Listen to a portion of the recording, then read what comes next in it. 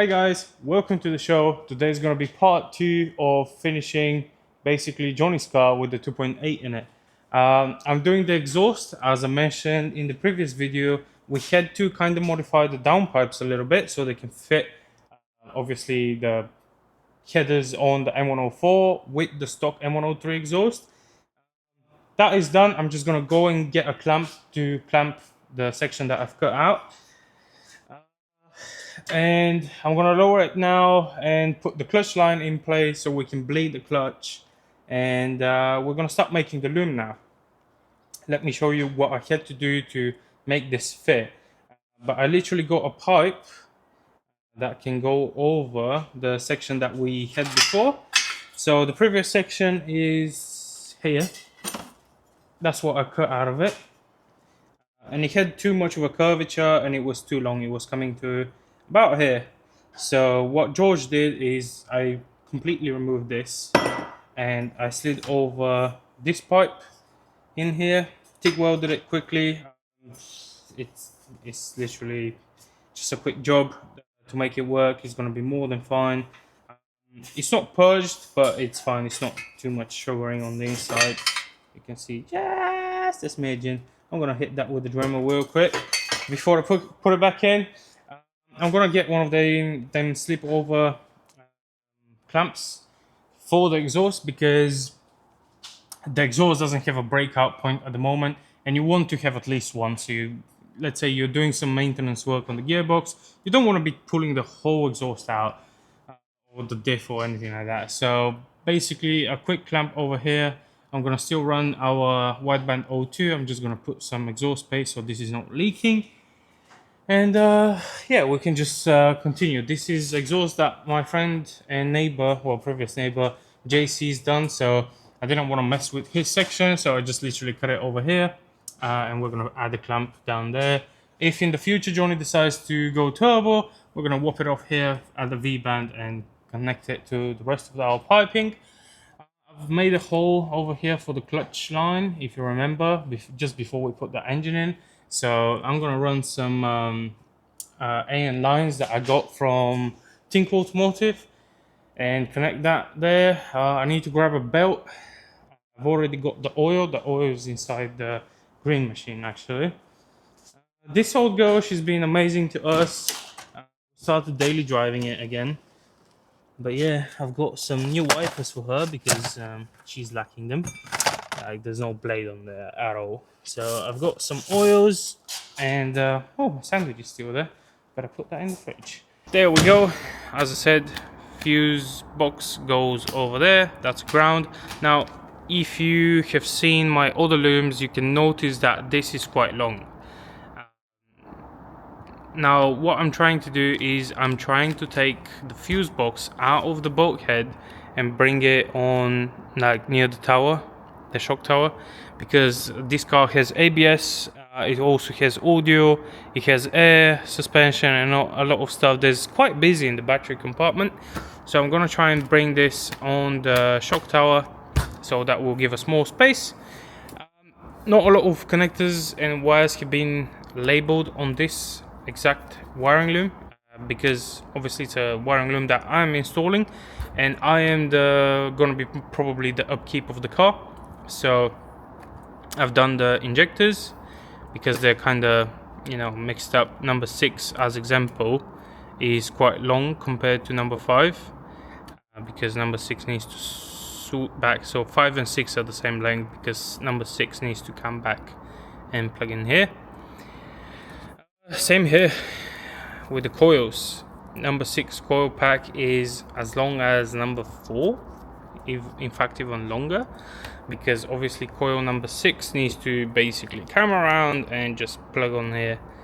Number 5, I mean after 5, 4, 3, 2 and 1, they're all kind of equal. I haven't kind of bunched them up as I do on M111s, because 6 cylinders is a lot of cylinders, and sometimes trying to run them in a thick bundle up like this it could be a pain. So that's why I leave them kind of hanging about, and after that I zip tie them after the first heat cycle.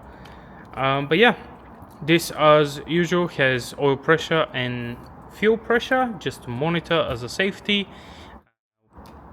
we have our driver wire as over my looms, the pedal, wideband 02 over there hanging about, and we have the swirl flaps and VVTi on aux 5 and 6. But yeah, it's ready for connectors. I've got the connector box down here, so all these connectors, well, majority of these connectors need to go on here, and we should be ready tomorrow for a startup. So George is gonna kick some music that I'm not allowed to play on YouTube because licensing and stuff like that. So I'm gonna kick some music playing, and I'll see you guys tomorrow when it's ready to turn the key. Right, this car has ABS, so I have kept the OVP relay, and I have kind of mounted the ABS unit on its own over here, so it's kind of floating in the air, and you can still put the battery in place. Everything looks OEM. The ECU, the EMU black, sits behind there, hidden under the windscreen, so moisture doesn't get down to it. I need to put, obviously, the starter wire. I need to make a connector for it to kind of join this here, and we need the wire that goes to the stock coolant sensor so we can get a coolant readout on the dash. And I need to find a place to mount this bad boy, and most likely it's gonna end up being bolted right over here with some quick brackets and couple bolts, and that's it. Right guys, it's a couple days later and Johnny's car is almost done. We had a rear screen fitted back into the car because we removed it. We had a couple bits painted, and the car's ready for dyno. I'm just gonna polish a couple bits around because after the dyno, the next day is going... Well, let me show you.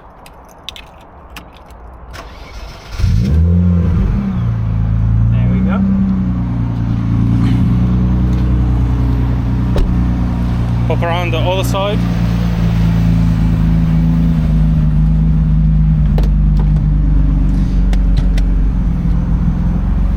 Sounds good. Idles, drives amazing. Yeah. I'm gonna build a quick air filter over here. It's gonna be a pod filter, but I think it'll be plenty good. Fuse box is here. ECU, ABS ECU, OVP relay, everything is there. Yeah, it looks good. We're gonna try and find OEM looking airbox for the side over here, but even now I think it's pretty good. So let's give it a quick polish and a quick wash, assemble the rear C pillars, I think they're called, and I will see you guys tomorrow at the dyno. See what a stock M104 with a 2.8 is going to produce on the rollers. So see you in a second. All right guys, it's the next day, it's dyno day. This thing is all shined up, ready to go, and it's raining. So I'm gonna start it up, lower it to a comfortable driving height because it's on air, and I'm gonna make my way all the way down to Milton Keynes where Pulsemotorsport is. Matt and James are gonna be tuning this car today, so yeah, it's about an hour and a half from here, and I'm already late, so let's go.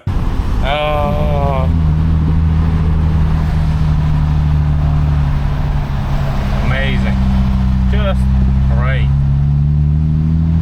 Yeah, no, we're on 20 miles an hour.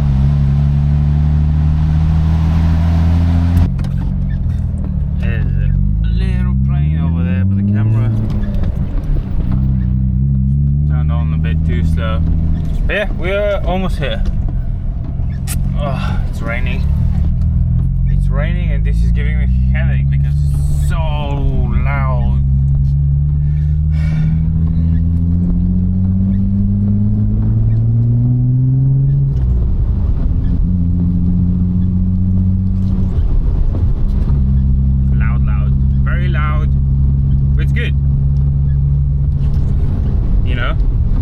When he comes home from a night with the boys, with the car, his wife will know that he wasn't drinking that night, so he'll driving this, and this is better than drinking.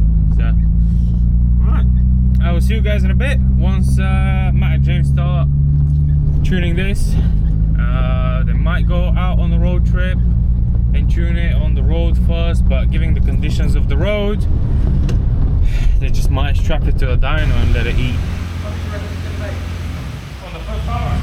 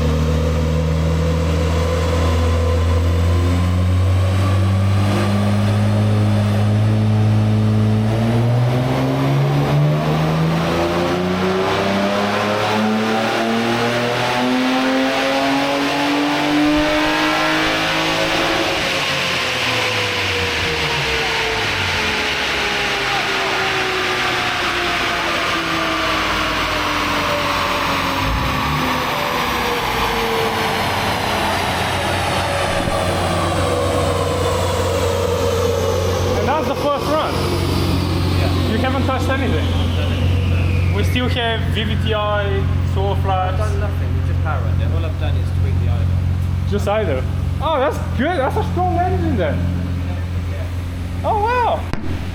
That's good. It's 75 degrees still. Just had the fan on. I've been running it for half an hour. That's good. That's a good engine. There it is. 200 horsepower. Almost. 196. I smashed it. He asked me how much do you think it's making? I was like, probably 195 it's gonna make. It's gonna be. That's smart. It's good. I like it. 6-cylinder. Making my life hard. Now I've got to make more. Nah. They won't make it down from factory. Oh yes please. Good. Right, shove it right in there. Not there, on the inside. It's not over here. This blows my mind. Ah? It can do it without the fan. Well, you just turn it. Yeah, it's not getting hot, is it? It's not getting hot. It's sitting at 80. It's perfect drift car.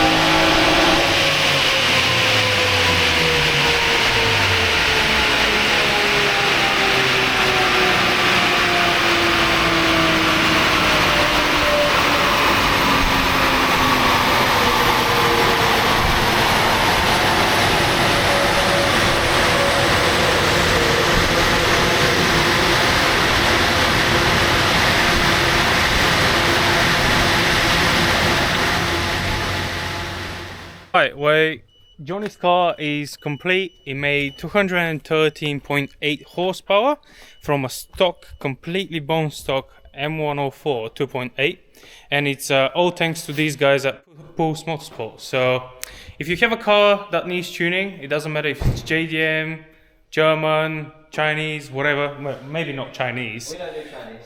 But yeah, just shoot them an email. I'm gonna put their Instagram page down in the link.